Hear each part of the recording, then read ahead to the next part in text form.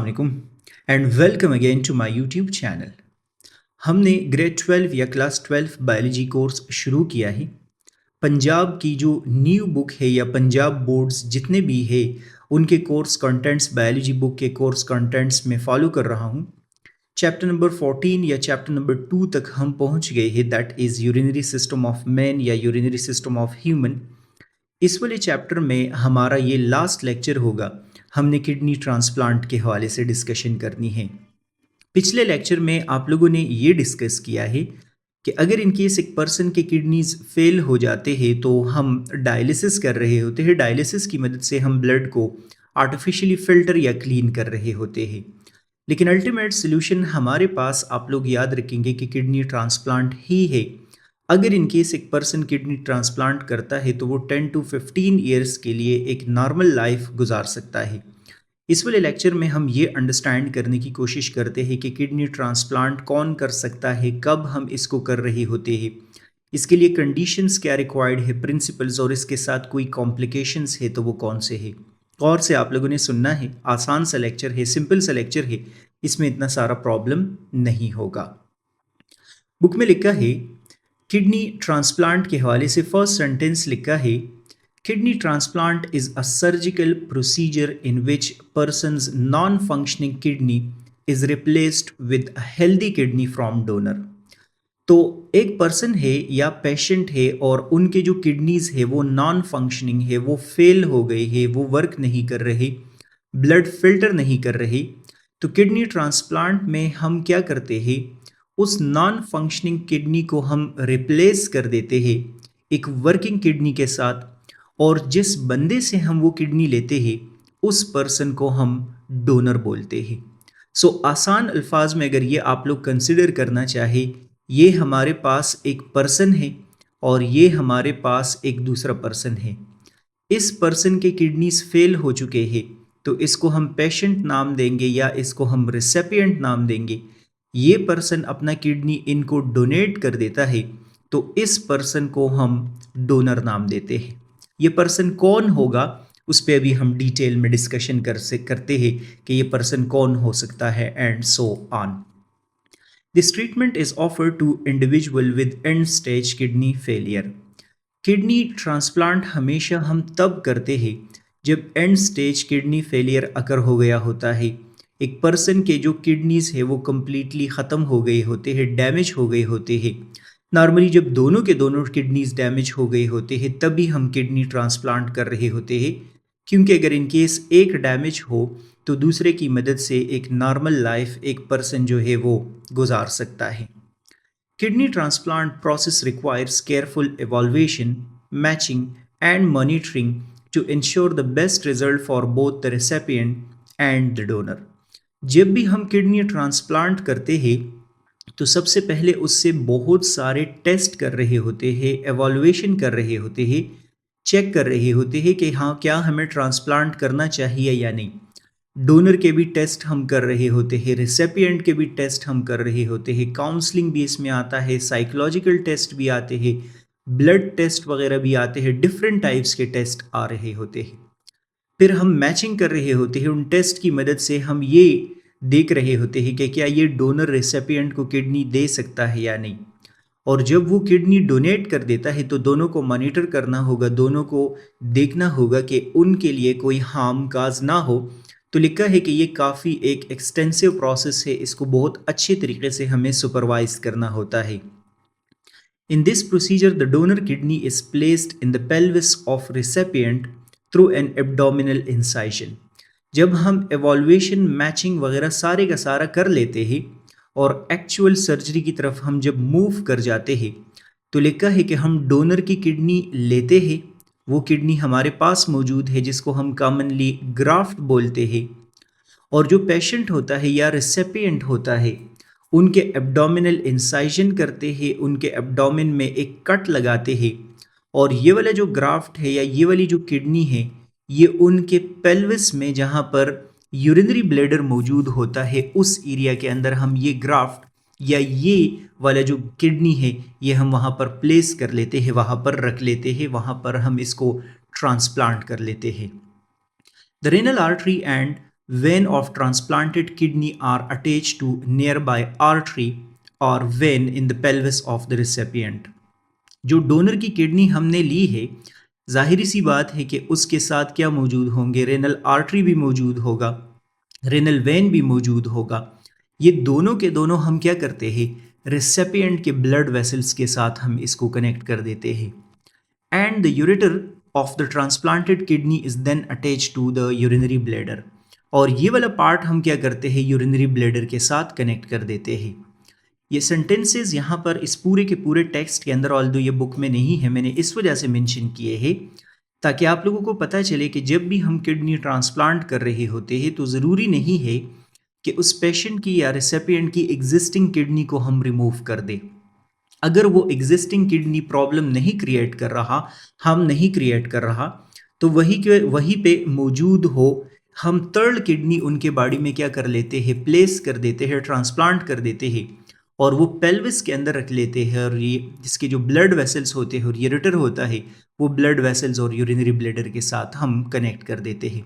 तो ये सेंटेंस मैंने इस वजह से ऐड कर दिया है कि हम इसके लिए स्पेस नॉर्मली कहाँ पर ढूंढ रहे होते हैं, पेल्विस में ढूंढ रहे होते हैं यूरिनरी ब्लैडर के साथ। मैं आप लोगों को इस लेक्चर में एक डायग्राम दिखाऊंगा एंड पे, तो आप लोगों को पता चल जाएगा कि थर्ड किडनी हम कहाँ पर रख सकते हैं, कहाँ पर इसको ट्रांसप्लांट कर सकते हैं। किडनी ट्रांसप्लांट हम कर तो रहे हैं, लेकिन इससे पहले हमें क्या करने पड़ते हैं, इससे पहले हमें कुछ टेस्ट करने पड़ेंगे। हम डायरेक्ट डोनर से रिसिपिएंट की तरफ किडनी नहीं लेके जा सकते, बाकायदा हमें उसको चेक करना पड़ता है। तो प्रिंसिपल ऑफ किडनी ट्रांसप्लांट में मैंने लिखा है कि ABO blood group compatibility between donor and recipient is essential. ये वाला पर्सन जिसको आप लोग डोनर बोलते हैं और ये वाला पर्सन जो कि किडनी रिसीव कर रहा होता है, इन दोनों का जो ब्लड ग्रुप है वो सबसे पहले हम चेक करते हैं क्या इन दोनों का ब्लड ग्रुप सेम है या नहीं है। तो ABO ब्लड ग्रुप कंपैटिबिलिटी का मतलब कि दोनों का हम ABO ब्लड ग्रुप चेक करते हैं कि सेम हो, तो तभी हम ट्रांसप्लांट कर सकते हैं। दूसरा आप लोगों ने याद रखना है, it is usual to select donor kidney based on human leukocyte antigen matching, is this improve graft survival. दूसरा जो कंडीशन हम देख रहे होते हैं या मैचिंग कर रहे होते हैं, वो इन दोनों पर्सन के, डोनर और रेसिपिएंट के ह्यूमन ल्यूकोसाइट एंटीजेंस देख रहे होते हैं। हम कुछ क्रोमोसोम्स पे इनके जीन्स को मैच कर रहे होते हैं, उन जीन्स को हम ल्यूकोसाइट, ह्यूमन ल्यूकोसाइट एंटीजेंस या HLA जीन्स बोलते हैं। ये स्पेशली हमारे इम्यून सिस्टम में इंपॉर्टेंट रोल प्ले करते हैं। ये जितने ज़्यादा एक दूसरे के साथ मैच होंगे, उतने ज़्यादा चांसेस होंगे किडनी ट्रांसप्लांट के। अगर इनकेस HLA जीन जो है या HLA जो एंटीजन है वो अगर इनकेस मैच नहीं हो रही हो, तो आप लोग डिस्कस करेंगे कि फिर ट्रांसप्लांट रिजेक्शन के चांसेस हो सकते हैं। ट्रांसप्लांट रिजेक्शन मीन कि ये जो रेसिपिएंट है, ये जो पेशेंट है, इनका इम्यून सिस्टम इस किडनी को रिजेक्ट कर देगा, उसके अगेंस्ट रिएक्शन करना शुरू कर देगा। तो इसी वजह से हम डोनर और रेसिपिएंट के जो HLA एंटीजेंस होते हैं, HLA ह्यूमन ल्यूकोसाइट्स एंटीजेंस होते हैं, इन दोनों को हम नॉर्मली क्या कर रहे होते हैं, मैच कर रहे होते हैं। ये मैच हो जाए तो हमारा जो सक्सेस रेट है वो क्या हो जाता है, वो ज़्यादा हो जाता है। A person can live normally with just one kidney. Donor से हमने किडनी लिया है तो कोई मसला नहीं है, वो एक किडनी के अंदर में सर्वाइव कर सकता है, कोई प्रॉब्लम नहीं होगा। अब हमने टेस्ट भी किए, मैचिंग भी हो गई है, पता भी चल गया है। क्वेश्चन ये है कि ये टेस्ट हम किडनी कौन दे सकता है, कौन से के बीच में हम जल्दी से जो है वो मैचिंग वगैरह करने की कोशिश कर सकते हैं। तो आप लोगों की बुक में यहाँ पर potential donor for kidney transplant का डिस्कस किया है। हम ये देख लेते हैं कि वो कौन से पर्सन्स है जो कि किडनी डोनेट कर सकते हैं, किडनी दे सकते हैं। डिफरेंट पर्सन्स हो सकते हैं। सबसे पहले यहाँ पर पॉइंट डिस्कस किया है कि एक रिलेटेड डोनर हो सकता है। रिलेटेड डोनर हम उस डोनर को बोलते हैं जो कि इस पेशेंट के साथ जेनेटिकली सम हाउ रिलेटेड होता है। Genetically somehow related mean कि ये उनके सिबलिंग्स भी हो सकते हैं, उनके बहन भाई भी हो सकते हैं, उनके पेरेंट्स भी हो सकते हैं, उनका एक कोई चाइल्ड भी हो सकता है। तो रिलेटेड पर्सन हमेशा आप लोग डिस्कस करेंगे कि वो जेनेटिकली रिलेटेड होता है, वो उनका रिलेटिव होता है लेकिन रिलेटिव भी दूर का रिलेटिव नहीं बल्कि क्लोज रिलेटिव होगा, या बहन भाई होंगे या उनका बेटा बेटी होंगे, या आप लोग डिस्कस करेंगे उनके पेरेंट्स होंगे। इवन आप लोग देख ले हस्बैंड वाइफ को भी हम यहाँ पर रिलेटेड डोनर में नहीं कंसिडर कर रहे, क्योंकि वो एक दूसरे के साथ जेनेटिकली रिलेटेड नहीं होते। जो हस्बैंड वाइफ है वो आप लोग कंसिडर करेंगे हम अनरिलेटेड डोनर में यहाँ पर ऐड करते हैं। तो द अनरिलेटेड डोनर जो है वो can not be genetically related. ये हस्बैंड वाइफ भी हो सकते हैं, ये कोई फ्रेंड भी हो सकता है किसी का, या कोई को वर्कर भी हो सकता है, या इवन कंसिडर कर ले कि ये कोई किसी और कंट्री का पर्सन भी हो सकता है, किसी और रीजन का पर्सन भी हो सकता है। तो ये पर्सन कोई भी हो सकता है, अनरिलेटेड डोनर आप लोगों को याद होना चाहिए। This type of donation is less common but can still be successful if the donors and recipient blood group and tissue type matches. लिखा है कि ये जो अनरिलेटेड जो ट्रांसप्लांट है जिसमें स्पाउस से लेते हैं या फ्रेंड से लेते हैं या को वर्कर से लेते हैं, वो अक्सर उसके कम चांसेस होते हैं। हाँ, चांसेस तभी ज़्यादा होंगे जब दोनों का ब्लड ग्रुप मिलता हो एक दूसरे के साथ, और वो जो HLA मैंने आप लोगों को बताया जो एंटीजेंस है वो एक दूसरे के साथ मैच हो रहे हो। तो अनरिलेटेड डोनर इसका मतलब किसी और रीजन का जो पर्सन है वो भी ब्लड जो किडनी है वो डोनेट कर सकता है। डिसीज डोनर भी हो सकता है, एक इसका मतलब हो गया कि एक पर्सन की डेथ हो गई है वो भी हो सकता है। Many people register with hospital for donation of their organs after their death. Death जब होती है तो मैंने आप लोगों को बताया था कि ऑर्गन्स कुछ देर के लिए हमारे जिंदा होते हैं एक स्पेसिफिक ड्यूरेशन के लिए। तो बहुत सारे लोग अपने आप को रजिस्टर करते हैं कि मेरी डेथ हो जाए तो मेरे ऑर्गन्स क्या कर दे, वो डोनेट कर दे। तो डिसीज्ड पर्सन का मतलब डिजीज नहीं, डिसीज्ड पर्सन का मतलब होगा कि एक पर्सन की डेथ हो गई और उनका किडनी जो है वो हम क्या करते हैं, वो ट्रांसप्लांट के लिए प्रिपेयर करते हैं। Their organs including kidney can be donated to individual in need of transplant. Several organs जो है उसके क्या हो सकते हैं, डोनेट हो सकते हैं।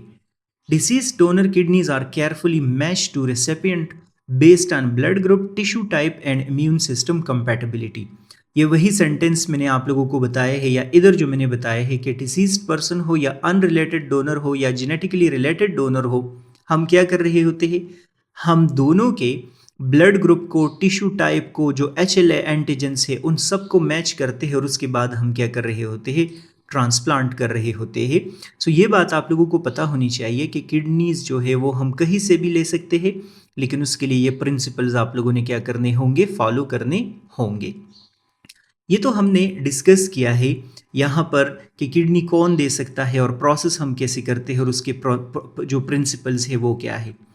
जब भी हम किडनी ट्रांसप्लांट करते हैं तो उसके साथ एसोसिएटेड कुछ प्रॉब्लम्स भी होते हैं। ऑल्दो पर्सन जो है जब वो किडनी ट्रांसप्लांट कर लेता है, सक्सेसफुल हो, मैचिंग हो, तो एक पर्सन आप लोग कंसिडर करेंगे कि 10 to 15 ईयर्स के लिए सिंगल किडनी पे नॉर्मल लाइफ वो गुजार सकता है, उनके लिए कोई प्रॉब्लम नहीं होगा।